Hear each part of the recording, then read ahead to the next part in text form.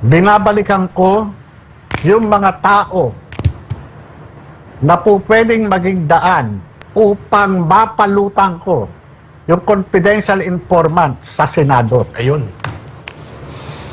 Klaro. Binabalikan ko yung mga yung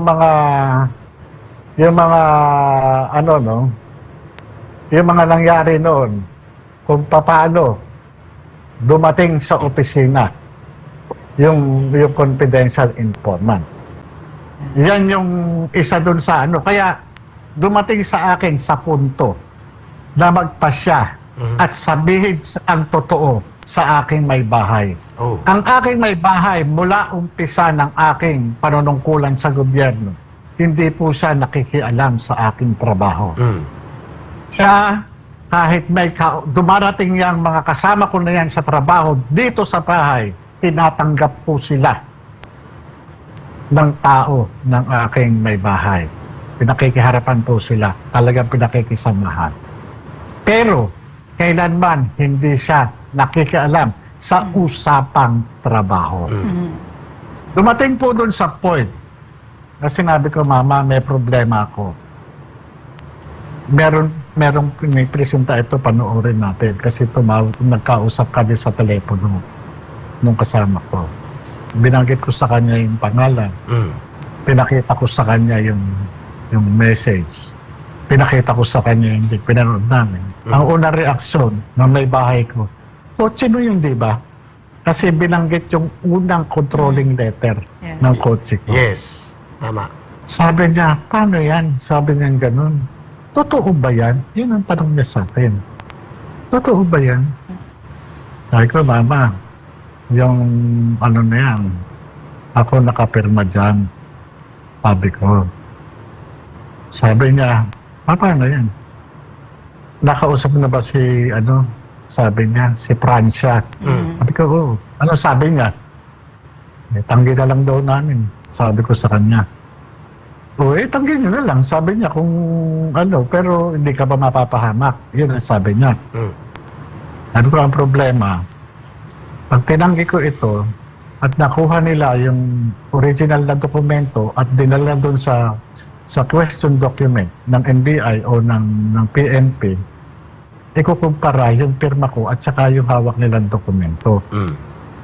Alam, mangyayari, di makakasuhan ako ng perjury. Kaso na naman, sabi niyang gano'n. Hindi ka pa nga nakakabangon sa mga kinakaso sa'yo ng mga kalaban mo dyan sa PIDEA. Sabi ko, paano ang sabi ko sa kanya, araw-araw, hindi siya mapakali, bantulot siya. Ano ba naman yung pinagpapapasok mo? Sabi ko, Mama, trabaho ito. Hindi ko yan, nakagal na yan.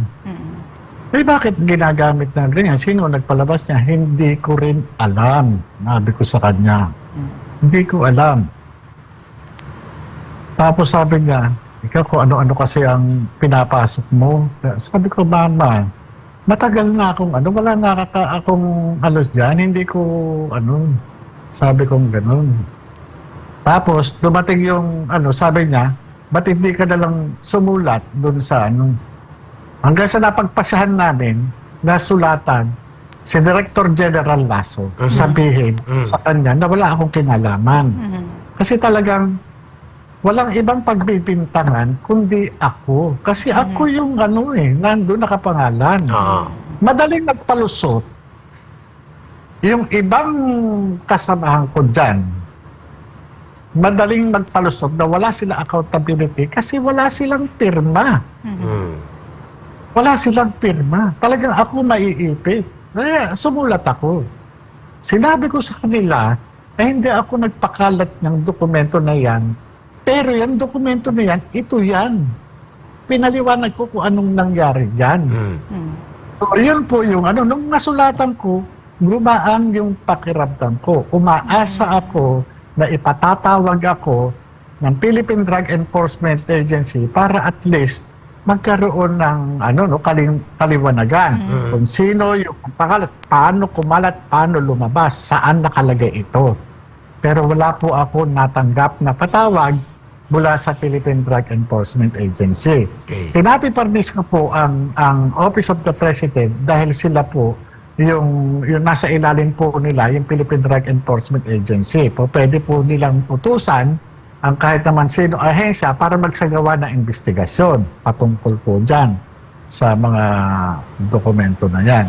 Pero wala din po akong hanggang sa nagpasya po ako na sulatan din ang ang Blue Ribbon Committee at saka yung Public Order and Safety and Dangerous Security. Drugs. Kasi nga doon po sa mga dokumento na post ni Maharlika, ang isa doon sa mga nakakatakot doon ay yung information o yung classified information na nilalaman ng dokumento na yon. Na nag-circulate sa social media. Ngayon, nagtataka lamang ako dito kay Director General Lasso. Sa halip na i-address niya ng tama yung problema sa pagkalat ng dokumento at dun sa mga tao na naandonan. Ang ginawa niya, nagbistula siyang abogado nung personalidad na naandun sa dokumento na subject ng dokumento na yon. Kaya nagtataka ako sa kanya, bakit ganon? Parang kakaiba yung mandato doon sa kanyang ginagawa. Kasi ang kanya naging reaksyon, dinismiss niya na ang dokumento peke. At parang ikaw pa ang inoperate at inatake. At kaya ka napilitan magsalita na ang laman ng pre-operation report, which tinutumbok ang mga personalidad such as Maricel Soriano, Bongbong Marcos Jr. or Bongit doon sa mga report na ito, ay totoong naganap at dapat tiningnan ng PDEA kung bakit nagkaroon ng leakage, hindi hinabol ka. Tama po ba? Kaya ka sumulat upang sana ay maituwid na ito ay hindi nanggaling sa iyo. Dalawang bagay po yung ano ko na gusto kong mapanagot, yung may nasa likod ng pagkakalabas niyan. Okay. Pangalawa, dahil lumabas na nga po yung mga dokumento na yan bilang alagad ng batas at ngayon isang NGO na na anti-drugs advocate. Gusto ko magkaroon ng pananagutan, ng accountability. Ayun. Kung ikaw ay may mandato na ayon sa batas, kagaya ng Comprehensive Dangerous Drugs Act, wala ka bang gagawin? Wala ka bang moto proprio na gagawin para imbestigahin ito? Yung mga lumalabas na issue patungkol doon sa di umano'y paggamit ng illegal drugs ng Pangulo, wala ka man lang bang gagawing hakbang katulad ng ginagawa laban sa mga ordinaryong tao na nire-report na sinasabing involved sa kalakaran o sa paggamit ng illegal na droga? Tama. Kumbaga sa ito, ang batas ba natin magkaiba? Valid question. Pagka ikaw, kung ikaw ba ay mahirap o ordinaryong tao, sakop ka ng batas? Valid. Kung ikaw ba ay nasa mataas na posisyon o nasa mayamang angkan ka o nakakariwasa ka, exempted ka? Ilang beses kong binabasa ang probisyon ng Republic Act 9165, ito ay ginawa, in-address para sa kahit na sinong tao na lumalabag sa batas na gumagamit o nagbebenta o nasa negosyo ng illegal na droga. Klaro. Wala naman pong lahat po yan sakop. Naka-address po yan sa any person. Nakalagay po yan. Yun lang po yung sa akin. Sana ginagawa ng tama yung trabaho. Ngayon po, sa kasalukuyan, tatapatin ko kayo at ngayon po lang babangkitin sa inyo bago ang Med 7. Sinisikap ko pong makontak. Binabalikan ko yung mga tao na po pwedeng maging daan upang mapalutang ko yung confidential informant sa Senado. Ayun. Klaro. Binabalikan ko yung mga